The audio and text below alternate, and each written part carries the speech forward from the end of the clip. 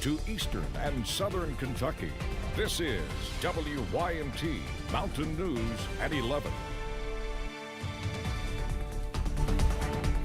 Good evening, I'm Steve Hensley. The Kentucky Transportation Cabinet is pushing a change on when drivers of cars with specialty plates pay their taxes and renewal fees.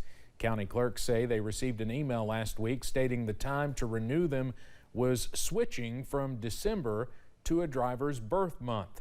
Some tell us that renewal date is optional, but some clerks say they take it to be mandatory. WYMT's Phil Pendleton spoke to the Madison County clerk on what the change means for drivers. December is when everyone pays their taxes and registration fees on their cars and trucks with the specialty license plates. There's an option to change that to the birth month of the person on title if they wish to do so. Kentucky State Transportation officials say they would like to move the month of registration from everyone doing it only during the month of December. We've had some confusion with that on when someone comes in to renew in December. If they want to change to their birth month, and their birth month is January, they're going to have to pay back-to-back ad valorem taxes. The Madison County clerk says because of the specialty plates, December can be one of their busiest months, and he says state officials would like to see that it's simply spread out through the rest of the year. Barger says he was just notified of it about a week ago in an email from the state. Motor Vehicle Licensing Transportation Cabinet is encouraging folks to align these plates with their birth month. People with birthdays in January could face a financial hit, especially with the extra expenses that many have with Christmas. Eventually, over time, these will all get changed out to birth month, but it could take, a decade.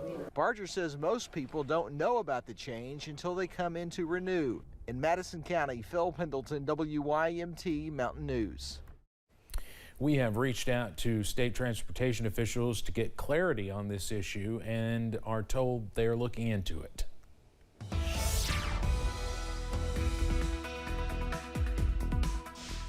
Temperatures today were in the upper 20s and low 30s. We should only be at 51 for this time of year, and we were well below normal on the high end. We made it to 28 in Hazard, as well as Jackson, 27 Manchester. Harlan made it to 29. 30 was the high in Jonesville, 32 in Jacksboro. The warm spot on the map was Ashland at a nice toasty, if you will, 33 degrees.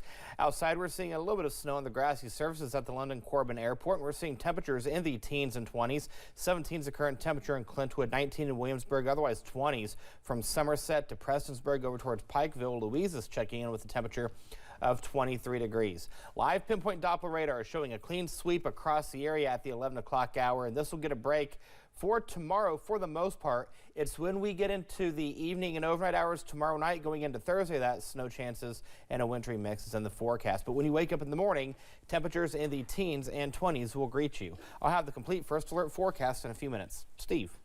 Eric, thank you. And as you can see at the bottom of your screen, we still have a few school closings and delays for tomorrow. It is Winter Safety Awareness Week, and officials in eastern Kentucky are urging you to be prepared. Officials say you should make sure you have an emergency kit with you in your car in case you do get stranded while driving in the snow. They also say make sure your house is stocked with items in case it's too cold to head into the elements. H.B. Elkins with the Department of Highways says something happens with the first snowfall each year.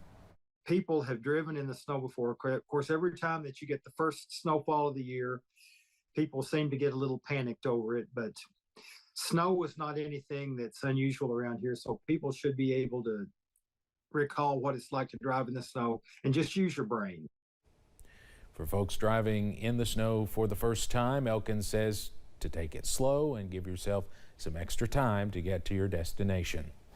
One person is dead after a one-vehicle crash in Letcher County. It happened yesterday on Defeated Creek Road in the Line Fork area. Troopers with Kentucky State Police say they responded to the scene where they found a truck overturned. Police say 58-year-old Terry Combs of Line Fork was pronounced dead at the scene. Police say seatbelts were not used and alcohol is suspected to have been a factor in the crash. Also in Letcher County, plans for an airport continue to move forward. The airport will be located in the Isom community. The Federal Aviation Administration approved funding for engineering and layout plans. Airport Board Chairman Jeffrey Justice talked about the next steps. Once we get the layout plan, then we can determine where the terminal needs to be, where the hangars need to go, and we can work on selling those hangar spaces to people. Justice says the Whitesburg ARH Hospital would benefit because they have trouble flying helicopters through fog in the area. He says airplanes are better equipped in those situations. Former member of the band Exile and Hazard native Bernie Faulkner died on Sunday in Franklin, Tennessee. Faulkner lived in Hazard for many years before moving to Nashville, but Faulkner never lost touch with his Hazard roots, maintaining a home studio in Perry County. WSGS radio manager Farron Sparkman recalls a time a big country star reached out to Faulkner. Billy Ray had heard about Bernie's studio and decided to come and spend a weekend there recording, and they went out on Buckhorn Lake and fished and enjoyed the area, but just a lot of people have passed through there. I believe he was talking about Billy Ray Cyrus. And while Faulkner was known for his musical talents, he was also known to many as just a jack of all trades. Bernie Faulkner was 77 years old. Today is National Day of Giving, also known as Giving Tuesday. It falls on the first Tuesday after Thanksgiving. It was created in 2012, and according to the official website, Giving Tuesday is a day that encourages folks to simply do good. Mindy Miller with the Housing Development Alliance says Giving Tuesday is a huge day for them as they are funded solely by grants and donations. And as a nonprofit, we're here on the ground working with the people in the community, trying to make the community better. And the way that we do that is through help from community members and from folks around the country who support affordable housing. HDA's fundraising goal today was $1,500, and it appears they exceeded that goal. There is still time to donate. You can find the link on our website, WYMT.com. President-elect Donald Trump's controversial pick to lead the Defense Department returned to Capitol Hill today. Pete Hegseth met with Republican senators for a second day in a row as he contends with a range of allegations, including sexual misconduct. CBS's Natalie Brand reports from Washington. As President-elect Donald Trump's pick for Defense Secretary, Pete Hegseth made the rounds on Capitol Hill for a second day in a row. We're going to meet with every senator that wants to meet with us. Some Republicans expressed concerns over new reports about allegations of misconduct. This was not something of which we were aware, nor was President Trump aware of them. He, obviously has a chance to defend himself here, but, some of this stuff is going to be difficult. CBS News has confirmed that in 2016, Hegseth was forced to step down as head of the nonprofit Concerned Veterans for America after staffers filed complaints accusing him of financial mismanagement, sexual misconduct, and repeated intoxication. Hegseth's attorney has denied all allegations against his clients, but sources tell CBS News several GOP senators would likely withdraw their support for Hegseth if a confirmation vote were held today. Let him have his hearing and listen to him under oath. I mean, let's go through the process here and give him a shot. On Tuesday, Hegseth was also asked by CBS News about a 2018 email from his mother published by the New York Times in which she called him an abuser of women. Can you describe the relationship with your mother?